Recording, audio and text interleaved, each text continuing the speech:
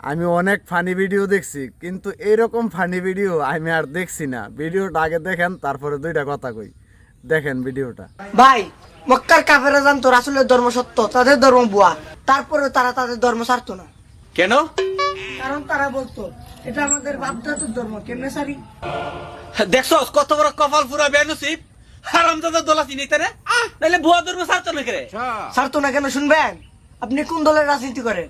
আমি BPL BPL দল করি আমি। আপনার দল সম্পর্কে একটু বলুন, আপনার নেতারা কেমন?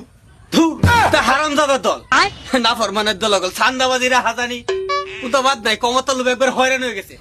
এত কিছু খারাপ দেখার পরেও এই দল করেন কেন? না, বাপ দাদা করছে, আমরাও করি। বাইগান এই মেয়ে, কি বুঝাইতে চাস? হ্যাঁ, বুঝি না আমরা। হারামজাদা দল গল, 2 দিনের ফুলা ভাই রাজনীতি করে।